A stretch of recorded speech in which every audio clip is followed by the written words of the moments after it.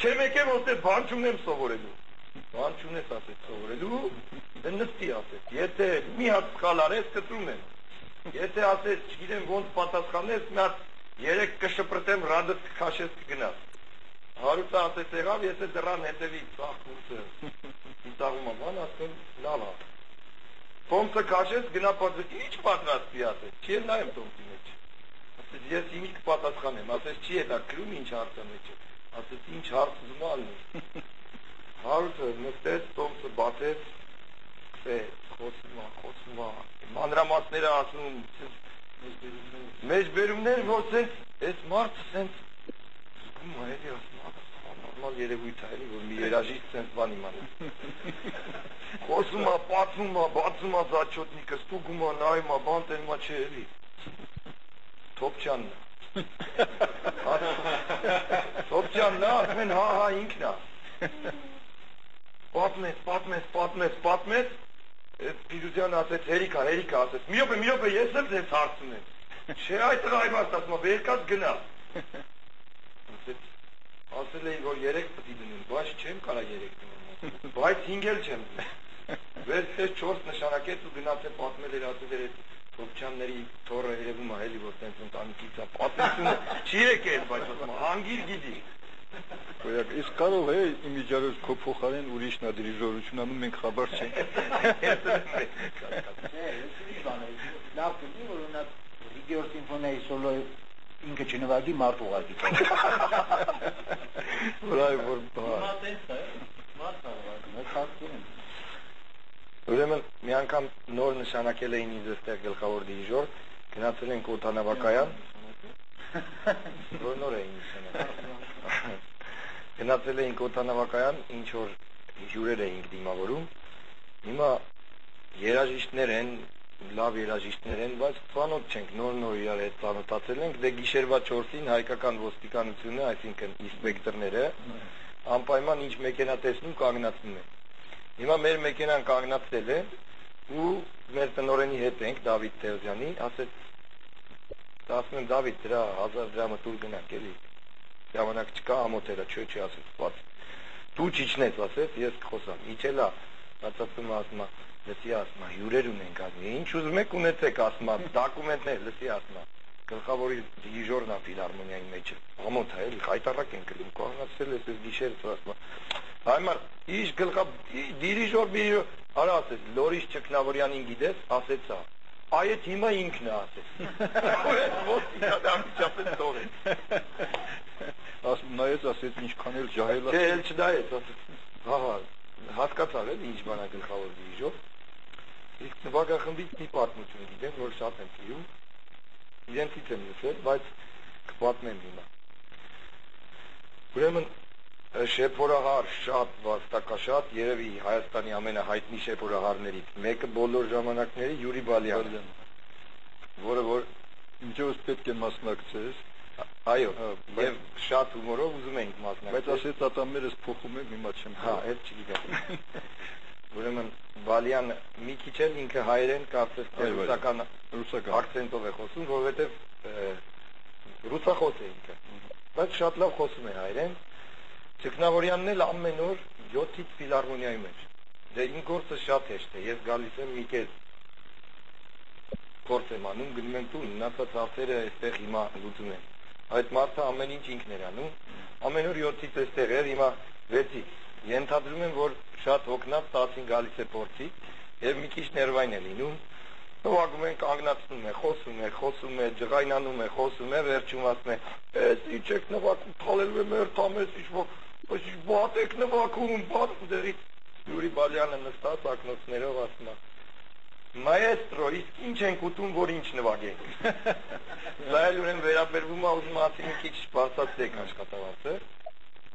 Քնավորյան գլուխ բարձրացնում։ «Ո Բալյան, ո՞ր ես խոսում, միշտ մոտ մոտս ես քեզ կասեմ ինչ ուտես»։ Սա նվագախումբը Բալյանը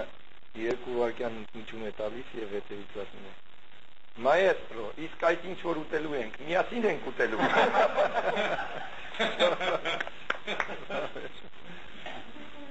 Վերջ, էլի կա։ Վերջի պատմությունը Կաղանդուրյանի հետ կապված հին պատմություն է, որ ղեկավարելուց, դե նա միշտ աչքերը փակ է ղեկավարում, շատ կոնցենտրացված եւ ամեն ինչ լսում է։ Վերացածի պես բոլոր պարտիտուրաները գլխում են եւ աչքերը փակ ղեկավարում է եւ ուրեմն տալիս է տարելկայի ոնց է ծնծղանի մուտքը եւ ուրեմն ծնծղանը ինչ որ չգիտեմ ինչ է լինում, լավ չի կպնում, չի հնչում, բայց սա լսում է որ չի հնչում Դուրյանը, բայց աչքերը բացում է, տեսնում է սա սենց է։ Մտածում ասում է երևի խփեց էլի։ Երջանկություն։ Ու հիմա արդեն վախենում է, ինչպես բոլորը վախենում է իր լսողության համար, նայել դե ամեն ինչ լսում է։ Համերգից հետո մոտենում է ասում է. «Էնի խփել ես»։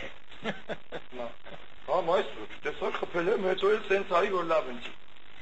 Ես մախտավեն ոչինչ չեմ լսում։ Բայց իսկ ամեն խփել է։ Այո, մայստրո ջան, հարցն է, խփել եմ, խփել եմ։ Հայ եք տեսա որ ես լսել, մեծ չեմ լսել։ Չեմ լսել։ Ու թողում գնում է, այսպես ամեն տեսնելուց Հենրիկին հարցում է. «Հենրիկ, բայց դու այդ ժամանակ խփեցի՞ր»։ Ասում է, այո։ Վերջում արդեն շատ տարիներ անց գալիս է։ «Հենրիկ, խնդրում եմ ասա, սա կարևոր հարց է, բայց դու խփեցի՞ր»։ Ասում է, մայրցո, խփեցի, բայց չկպա։ Հետո ուղղակի ասում է, սենց է Եվ նա ուրախանում է, որ իր լսողությունը լավ է։ Վերջի պատմությունը Դուրյանի մասին, որ ես իրեն մոտ եմ սովորել շատ կարճ ժամանակ եւ մի 2-3 ուրիշ ուսանող ուներ եւ առաջի դասներ եկել էր ծանոթանում էր մեզ հետ, դե ինձ մի անգամ Սերենադի հետ էր լսել, էլի ինչ որ բաներ ցույց տվեց իրեն, հետո եկավ ուսանողներից մեկը եւ ուրեմն պատկերացրեք երկու դաշնամուրը դրած, ինքը այսպես կանգնել է դիժորական ինչ որ դեմքեր է ընդունում, կարծես թե նվագախումբ պիտի ղեկավարի, հենց ղեկավարում է բավականին թարսուշի տակ, բայց ասենք պատերին է նայում, ֆլեյտան է, հետո ինչ որ չգիտեմ ինչն է, տրամբոնն է, ասենք ցույց է տալիս, այս Դուրյանը ասենց հուսահատված նայում, հա, սա ասենց էլի պատերին նայելով ղեկավարում, հա, Դուրյանը Էրիկ, դրած ինձ թվում է, որ դու միշտ էսպես պատեր ես ղեկավարելու։ Շնորհակալություն մայստրո։ Իսկ երբ ես զանգեցի Տիգրան Գևորգյանին, որ հրավիրեմ այսօրվա, թե պարոն Սահակյան զբաղված եմ, ասի արի Տիգրան, կապահովեմ սեղանի Տիգրան։ Նախ սկսեմ նրանից, որ մենք առաջին նվագախումբն ենք, որ Վաշինգտոնում սպիտակ տուն սև խավիար ենք մտցրել։ Մի փոքր մանրամասն դե շաբաթ կիրակի օրերը սպիտակ տունը զբոսաշրջիկների համար բաց է։ Այն ժամանակ Ջորջ Բուշ ավակն էր պրեզիդենտը։ 80-ով թիվներ չեմ հիշում։ Մի խոսքով, դե անցնում ենք այդ բանով, մետաղա Որոնիչով, ես չգիտեմ ոնց է կոչվում է։ Երկու ոստիկան են կանգնած, ու պատկերացնում եք ինչ ոստիկաններ են։ Ամերիկայի Միացյալ Նահանգների համար առաջին ոստիկանները, որոնք կանգնած են սպիտակ տան մետաղա Որոնիչի մոտ։ Մետաղա Որսիչ, Որոնիչ, չգիտեմ։ Այն ինչպես անցնում ենք, դե եթե զանգում է, հարցնում են։ Մետաղ կա, հանում ես, ցույց ես տալի, հետո վերցնում գնում ես։ Այդ տղաներից մեկը դից անցավ, այդ զանգը տրվեց, ասեց repeat please, մի հատ նորից անցի։ Ասեց մետաղ կա մոտդ, ասեց no։ Մի հատ էլ անցար էլի, 2-3 բան, այս մարդն ասում է չկա մետաղ, բայց զնգում է։ Դե ինձ նրանք որոշեցին էլ շատ գլուխ չցավացնեն, այդ Ամերիկացի այդ ոստիկաններից մեկը մոտեցավ, մենք էլ չհասկացանք ոնց եղավ, մեկ էլ այն տեսանք, որ այդ տղայի ուրեմն բաճկոնի գերպանից մի հատ ինչ-որ անհայտ առարկա հայտնվեց, այնքան նման ռումբի։ Սա ասենց վախեցածնեց նայեց, մեկ էլ այն մյուսն է որ նայեց, ասեց, no problem, okay, ասեց, Russian caviar։ Ոտեն անցի էլի։ Հիմա մենք սենց կոլապսի մեջ կանգնել ենք, այ մարդ, մեզ առավոտը ասել են, որ պիտի գնանք սպիտակ տունը նայելու, հետո պետք է գնայինք ժամանակակից արվեստի թանգարանը, եթե չեմ սխալվում Վաշինգտոնում, ու վերջ, պիտի գայինք հյուրանոց։ Ինչ գործ ունի այդ Սև Խավիարը իր գծանում։ Հա, բուշի վրա ծախելու ինչ անել, չգիտեմ, մի խոսքով։ Հիմա այդ ոչինչ, իրանց համար դա նա կոմպլեքս չունեն, բան չունեն, տվեցին է Խավիարը գնաց Իվանին։ Բայց այս տղան, ես հատուկ անուն չեմ տալու։ Հիմա սա վախենում է, որովհետև գիտի, որ ես ամենակարևորը, ես տեսել եմ այդ ամեն ինչը, թե ես հետո ինչ եմ ասում։ Իսկ ես ոչ մի ձայն չեմ անում, որովհետև սպասում եմ, որ մենք գնանք հյուրանոց, որովհետև այդ ամեն ինչը տես չի մարսի, դա պետք է կազմակերպվի, ոնց պետք է արվի, ինչ պետք է արվի։ Մի խոսքով ինչ երկարացնեմ, եկանք հյուրանոց ուշ գիշերվա ժամը 1-ն է, ես արդեն կազմակերպել եմ։ Զանգ իր համար, վերցնենք Պողոս անունը։ Այո։ Վերցնենք, ասենք իրականում Պետրոս ջան, բանն է եկել, Նիքսոնն է եկել, ասում կարող են ապակու բանկաներով ունենալ 112 գրամանոցները, ու բոլորը մի պրեզիդենտի անունով զանգում են անունը։ Վաշինգտոնից սկսած։ Մի խոսքով, մենակ որ դա մտավ պատմության մեջ, որ մենք սպիտակուն Սև Խավիար մտցրեցինք։ Հետո ես ասեմ, որ մնում է հիմա էլ Հայաստան մտցնեք այդ Խավիարից։ Հավես Հայաստանում եք չմնաց, որտեղ մենք շատ հյուրասեր ենք։ Հիմա ամբողջ հարցն է անում, որ արտասահմանյան կենտրոնական Եվրոպայի հյուրանոցները մի պերիոդ եղավ, որ ընկան շատ վատ կապության մեջ, որտեղ մենք շատ ենք գնում դիակալել։ Օրինակ այդ հավաքարարները համարներին ոչ մի ձևով չէին հասկանում, թե ինչու, եթե երկու տղամարդ ապրում են մի համարում, հա, սկսեմ սենց բացատրել, դե այն կոմունիստական ժամանակները նոր էին վերջացել, բոլորս գիտենք, թե ինչ վիճակ էր, յուրաքանչյուր բան ստեղ փաթաթվում էր Պրավդա թերթով, ենթադրենք բան, գեղեցիկ փաթեթավորում գոյություն չուներ, բան մի խոսքով, եւ որ մտնում էր բարձրակարգ հյուրանոց, բնականաբար սուրբ պարտականություն էր։ Այն ինչը որ կապված է հիգիենայի հետ, օճառներ, շամպյոններ եւ այլն, եւ որ գիտես որ ամեն օր պետքա փոխվի այդ ամեն ինչը։ Դու վերցնում ես ճամպրուկ պես մտնում, որովհետեւ գիտես առավոտը էլի բերելու են դնեն։ Հիմա այն ժամանակ շատ ներողություն ունենք ինքին բանամասությունների համար, կանացի ներդիր հասկացողություն, մենք չգիտենք ինչ բանա։ Հիմա գիտես։ Հիմա ամեն օր տեսնում ենք, հիմա նոր ծնված երեխաները գիտի դա ինչ բանա, բայց մենք չգիտենք։ Այդ հյուրանոցում մի անգամ այնպես ստացվեց, որ քեզ ներդիրներ էր դրած։ Սիրուն հաթև թարգուզած, ուրեմն բոլորի համարներից ես դրած ես։ Ես մեկի հետ էի ապրում, տղամարդ, երկու տղամարդ էինք, հաստատ կարող եմ ասել։ Հա։ Դե բնականաբար վերցնում դնում ես ճամպրուկը, գալիս է բան անում, էլի վերցնում դնում ես ճամպրուկը, ման դա չես օգտագործում։ Անցավ մի ամիս, այս հավաքարարի տիկինը, եկավ մի անգամ մտա մի քիչ ռուսերեն գիտես։ Եկավ ասեց շատ ներողություն, մեծ բան հասնում։ Ասել խնդրեմ։ Հա, մինչև այդ ինքը մի բան է խնդրի, ասել ինչ ուզում եք արեք համարում, մենակ այդ ձեր ազգային հացը, լավաշը, ոչ որանն, այդ կավրալիտին մի թափ եք, ոչ մի փոշեցիչ դա չի վեր։ Բացատրում եմ, ասում եմ, ես պետք եմ ավակում սա։ Մնացած ինչ ուզում եք արեք, հիմա սա որ եկավ ասել, ես մի բան եմ ուզում հասնում, ասել խնդրեմ։ Ասես դուք երկու տղամարդ եք, չէ՞ ապրում եք համարում։ Ասեց այդ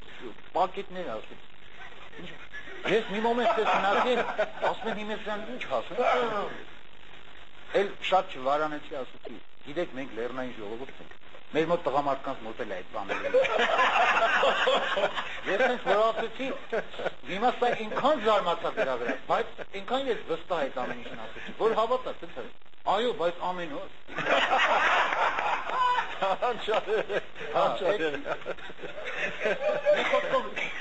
Հետո իրանք համոզվեցին, որ դա իսկապես տենց է, որ կարա լինի, շատ երկար կարա լինի, հիմա արդեն չէ, որտեղ հիմա ամեն օր մի քանի անգամ տեղափոխվենք Աթենք։ Ու բնականաբար յուրաքանչյուր ինտելիգենտ մարդ եւ ոչ միայն ինտելիգենտ Աթենք գնալուց առաջին հերթին պետք է գնա Ագրոպոլիսը տեսնի, որը մեր մոտ տենց է չստացվեց, բացատրեմ ինչի։ Ուրեմն հունական իշխանությունները մի շատ սխալ բան են արել։ Ակրոպոլիսը դե գիտեք, նշանակում է Բարսում։ Արմենտելից բացի ուրիշ սխալել ունեն դրանք։ Հա, բացի։ Շատ լավ։ Երևի Արմենտելը հենց այդ սխալից է եկել։ Ուրեմն ինչն է սխալը։ Այդ Բարսունքի տակ մի ահավոր էժան շուկա կա։ Այսինքն ժողովուրդը, որ պատրաստվում է առավոտյան արդեն մեդիտացիա է, որ պիտի գնա վերջապես Ակրոպոլիս, գնում է այդ շուկային Մնում է։ Հիմա Լրվում է։ հետո հոգնում է, չի կարող այդ բարձրանալ բան։ Ուտես մենք չենք կարողանում Ակրոպոլիս տեսնել։ Բարեբախտաբար մեր ժամանակ այդ շուկան չկար, մենք գնացինք։ Հա, դե երևի։ Կամ դուք շուկայի կարիք ունեիք, շուկան չկար, Ակրոպոլիսներ չկար։ Մի խոսքով ինչ երկարացնեմ, մի քանի անհաջող փորձերից հետո Ակրոպոլիս տեսնելու Ճգնավորյանը հասկացավ, որ այդպես չի լինի, ասեց երեխեք դες մեր բան ասեմ։ Ես պասերի հետ խոսացել եմ ավտոբուսների մասնակցությամբ։ Այս օրը ես այս ժամին կգա, դες կտանի Ակրոպոլիս։ Դե բասեր նեկան բնականաբար հյուրանոցի մոտ կանգնեցին ոչ մեկ չնստեց գնաց, որովհետև բոլոր իրանց գործերով գնացել էին, չեմ մանրամասնում ինչ գործեր են։ Այ բարձ։ Այդտենց սպասեցին, ստեղծագործական ասեմ։ Գումսումի գործ է, հա։ Տենց ավտոբուսները սպասեցին, գնացին բնականաբար, տենց անցավ դա։ Աթենքից հետո մենք պետքա Ֆրանկֆուրտ գնայինք մի քանի օր հետո, Գերմանիա Ֆրանկֆուրտ։ Հիմա հետ ենք գալի, գնում ենք օդակայան Աթենքի, մենք էլ չգնալու հիշել։ Մոտեցավ բասում այդ միկրոֆոնին ասեց, «Ես մոռացա ասեմ, Ակրոպոլիս գնացի տեսա»։ Դա որ տենց ասես մի անգամից ին վերանից թռավ, ասեցի լավ մայստրո Ֆրանկֆուրտում կգնամ։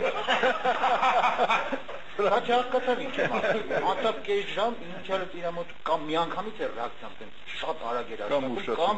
բայց մեկը պատասխանը տալիս էր։ Հեսա մի դեպք էլ կպատմեմ, իմ հետ կատարվեց։ Մեկ էլ վերցրեց կես ժամ հետ ասում։ Այդ ծերը կարում, այդ Ֆրանկֆուրտում Ակրոպոլիս կա կն մեկ նայեք, հա։ Մի խոսքով։ Մի օր ասեց ավտոբուսում մայստրո Ճգնավորյանը ասեց շատ վատ ինքն իրեն խոսեց ես էլ հետ եմ կատու շատ վատ եմ ինձ գում շատ վատ այսօր որ չմեռնեմ լավ կելի